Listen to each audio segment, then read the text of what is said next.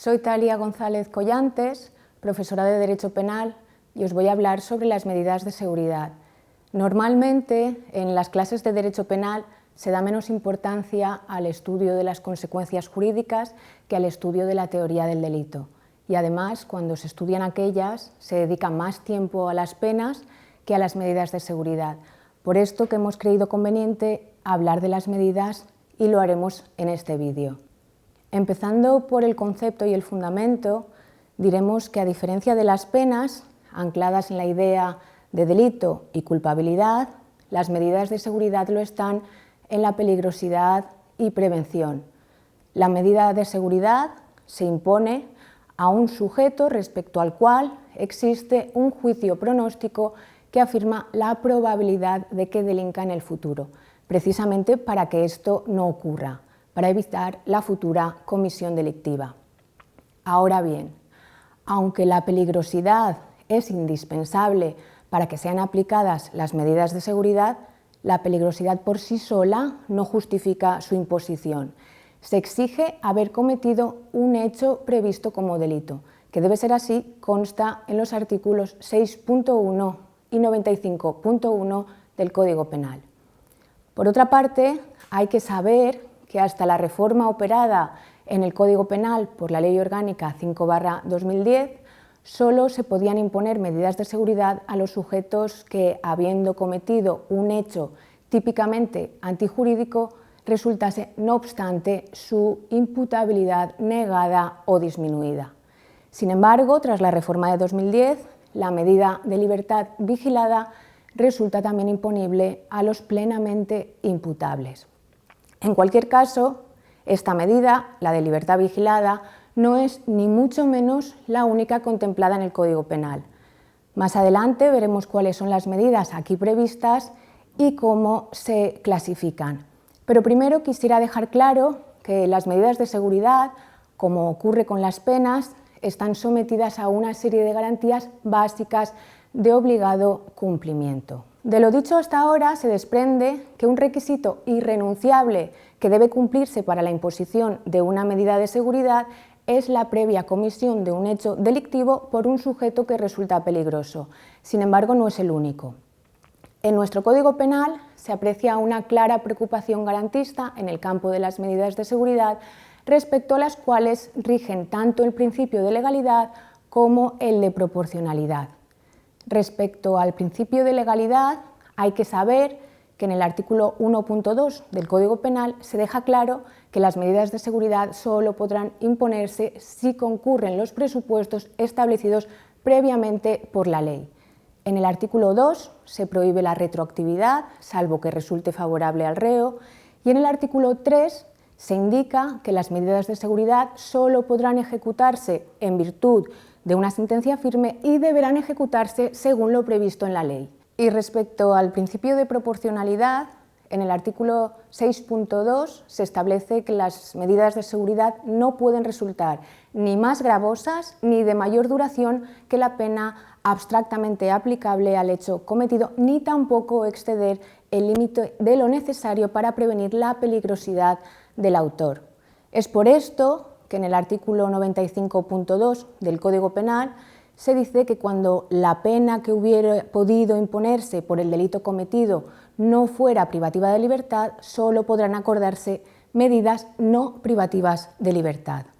Y también por esta razón, en el artículo 101.1 se indica que respecto al sujeto declarado exento de responsabilidad criminal conforme al número 1 del artículo 20, es decir, porque al tiempo de cometer la infracción penal, a causa de cualquier anomalía o alteración psíquica, no pueda comprender la ilicitud del hecho o actuar conforme a esa comprensión, se podrá o bien aplicar, si fuere necesaria, una medida de internamiento para tratamiento médico o de educación especial en un establecimiento adecuado, o aplicar alguna medida no privativa de libertad. Se advierte que el internamiento nunca podrá exceder del tiempo que habría durado la pena privativa de libertad si el sujeto hubiera sido declarado responsable, y que a tal fin el juez o tribunal fijará en la sentencia ese límite máximo.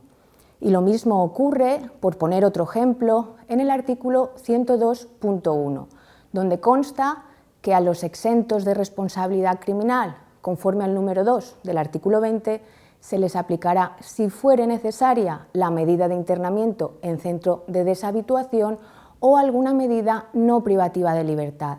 Y también aquí se advierte que el internamiento no podrá exceder del tiempo que habría durado la pena privativa de libertad si el sujeto hubiere sido declarado responsable y que a tal efecto el juez o tribunal fijará ese límite máximo en la sentencia.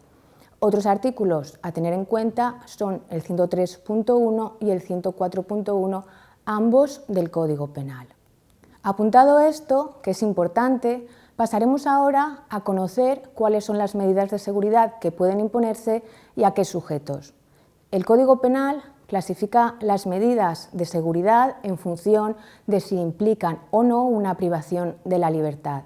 Conforme al artículo 96.2 del Código Penal, las medidas privativas de libertad son el internamiento en un centro psiquiátrico, el internamiento en un centro de deshabituación y el internamiento en un centro educativo especial. Respecto al internamiento en un centro psiquiátrico, hay que saber que se trata de una medida prevista para los casos de inimputabilidad del artículo 20.1 para los casos de exención completa por anomalías o alteraciones psíquicas o bien incompleta. Pueden verse los artículos 101 y 104 del Código Penal. Por otra parte, la medida de internamiento en un centro de deshabituación está prevista para los supuestos del artículo 20.2, para los casos de exención completa o incompleta por grave intoxicación o síndrome de abstinencia por adicción a sustancias tóxicas. Pueden verse los artículos 102 y 104 del Código.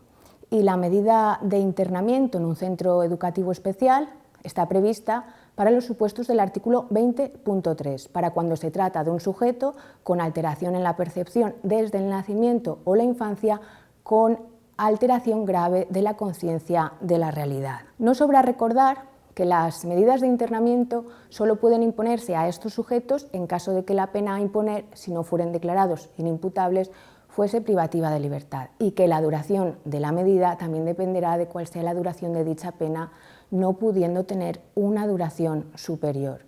En cualquier caso, todavía en relación con la duración de las medidas de seguridad privativas de libertad, hay que apuntar que su cumplimiento se somete al principio de estricta necesidad, adecuación y flexibilidad.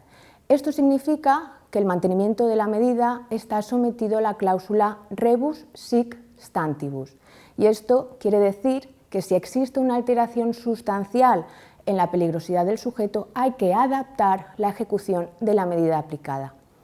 La medida debe durar únicamente el tiempo imprescindible para prevenir la peligrosidad del autor.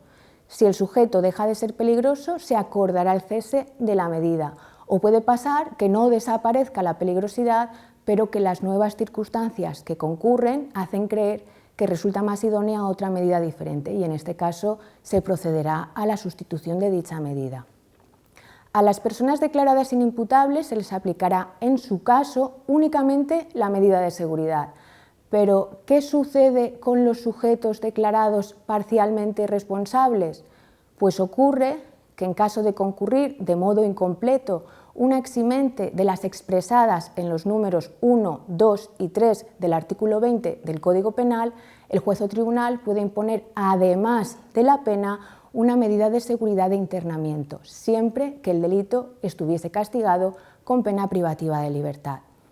En estos casos, el artículo 99 del Código Penal consagra el denominado sistema vicarial. En principio, primero se cumplirá la medida y después la pena, abonándose para el cumplimiento de la pena el tiempo que haya durado el internamiento.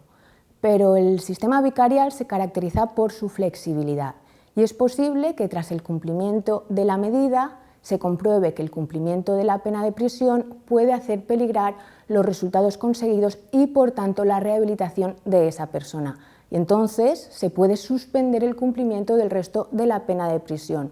O puede pasar que simplemente se aplique una medida no privativa de la libertad, de las cuales hablaremos después. Tanto para inimputables como para semiimputables debemos tener en cuenta lo dispuesto en los artículos 97 y 98 del Código Penal. El artículo 97 dice así: durante la ejecución de la sentencia, el juez o tribunal sentenciador adoptará, por el procedimiento establecido en el artículo 98, alguna de las siguientes decisiones. A. Mantener la ejecución de la medida de seguridad impuesta. B. Decretar el cese de cualquier medida de seguridad impuesta en cuanto desaparezca la peligrosidad criminal del sujeto. C. Sustituir una medida de seguridad por otra que estime más adecuada entre las previstas para el supuesto de que se trate. O D. Dejar en suspenso la ejecución de la medida en atención al resultado ya obtenido con su aplicación por un plazo no superior al que reste hasta el máximo señalado en la sentencia que la impuso. Vemos que este artículo se remite al siguiente, al artículo 98, y de este debemos tener en cuenta que en el apartado primero se indica que a los efectos del artículo anterior, cuando se trate de una medida de seguridad privativa de libertad, el juez de vigilancia penitenciaria está obligado a elevar al menos anualmente una propuesta de mantenimiento, cese, sustitución o suspensión de la misma. También se dice que para formular dicha propuesta, el juez de vigilancia penitenciaria deberá valorar los informes emitidos por los facultativos y profesionales que asistan al sometido a medida de seguridad o por las administraciones públicas competentes y, en su caso, el resultado de las demás actuaciones que a este fin ordene.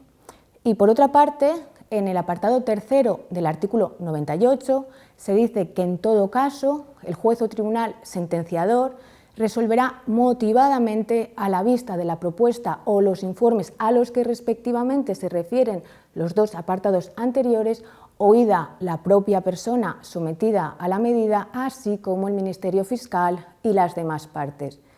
Y se añade que se oirá asimismo a las víctimas del delito que no estuvieran personadas cuando así lo hubiesen solicitado al inicio o en cualquier momento de la ejecución de la sentencia y permanezcan localizables a tal efecto. Dicho esto, pasaremos a hablar de las medidas de seguridad no privativas de libertad, que conforme al artículo 96.3 del Código Penal son la inhabilitación profesional, la expulsión del territorio nacional de extranjeros no residentes legalmente en España, la libertad vigilada, la custodia familiar, la privación del derecho a conducir vehículos a motor y ciclomotores y la privación del derecho a la tenencia y porte de armas. Las medidas de seguridad no privativas de libertad están indicadas para quienes se hallen incursos en las eximentes completas de los números 1, 2 y 3 del artículo 20, así como para los semi-imputables, según se desprende de los artículos 101, 102, 103 y 104 del Código Penal.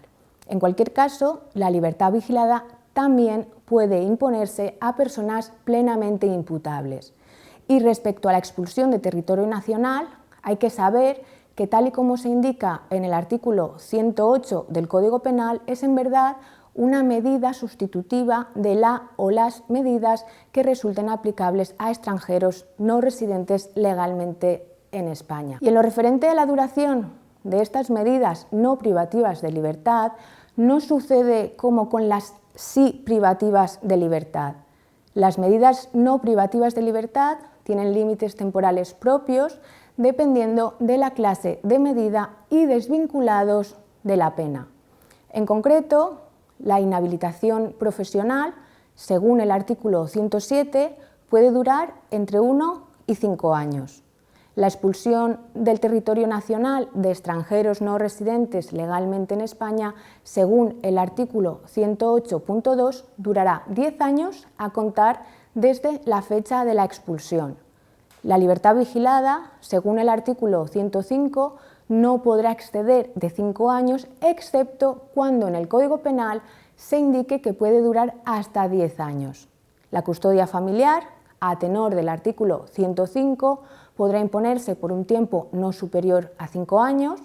La privación del derecho a conducir vehículos a motor y ciclomotores, tal y como se dice en el artículo 105, se podrá imponer por un tiempo de hasta 10 años, y la privación del derecho a la tenencia y porte de armas también tiene esta duración máxima, tal y como consta en el mismo artículo 105 del Código Penal. En cualquier caso, respecto a estas medidas, hay que saber que, atendida la evolución favorable del sujeto al cual se han impuesto, el juez o tribunal puede acordar su cese antes del cumplimiento de ese plazo. Hay que tener en cuenta también aquí lo indicado en el artículo 97.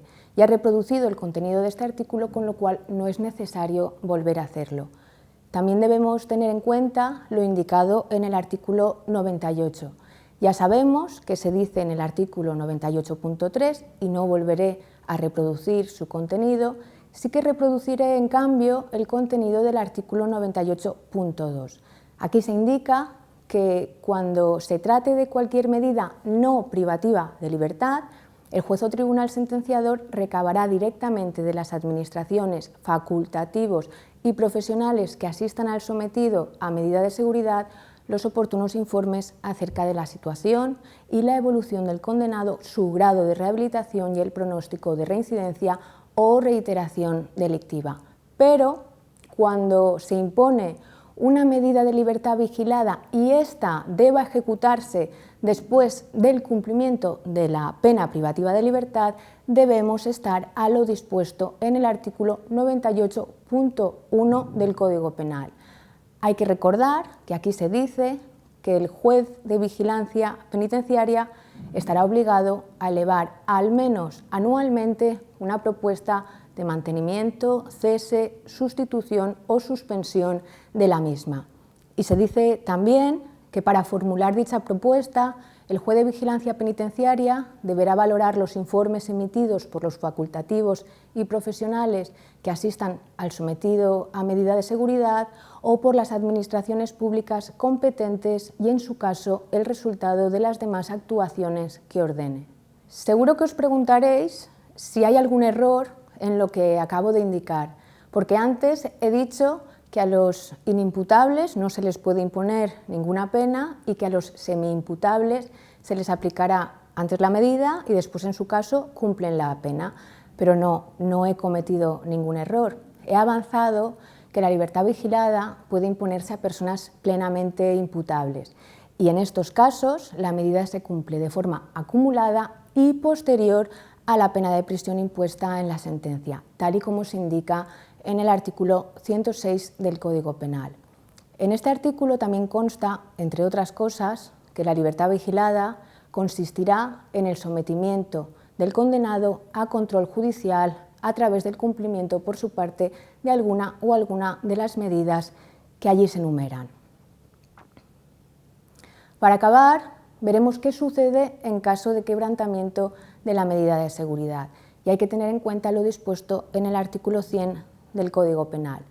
En el apartado primero se indica que el quebrantamiento de una medida de seguridad de internamiento dará lugar a que el juez o tribunal ordene el reingreso del sujeto en el mismo centro del que se hubiese evadido o en otro distinto que corresponda a su estado. En el apartado segundo se indica que si se tratase de otras medidas, el juez o tribunal podrá acordar la sustitución de la quebrantada por la de internamiento si ésta estuviera prevista para el supuesto de que se trate y si el quebrantamiento demostrase su necesidad. Y por último, en el apartado tercero, se dice que en ambos casos el juez o tribunal deducirá testimonio por el quebrantamiento. No obstante, respecto a la medida de expulsión de territorio nacional, hay que estar a lo dispuesto en el artículo 108.3 del Código Penal, a tenor del cual el extranjero que intentara quebrantar una decisión judicial de expulsión y prohibición de entrada será devuelto por la autoridad gubernativa, empezando a computarse de nuevo el plazo de prohibición de entrada en su integridad. Y acabamos con esto la explicación de las medidas de seguridad. Esperemos que lo explicado os resulte útil y nos vemos en un próximo vídeo en el cual abordaremos otra u otras cuestiones igualmente importantes de derecho penal.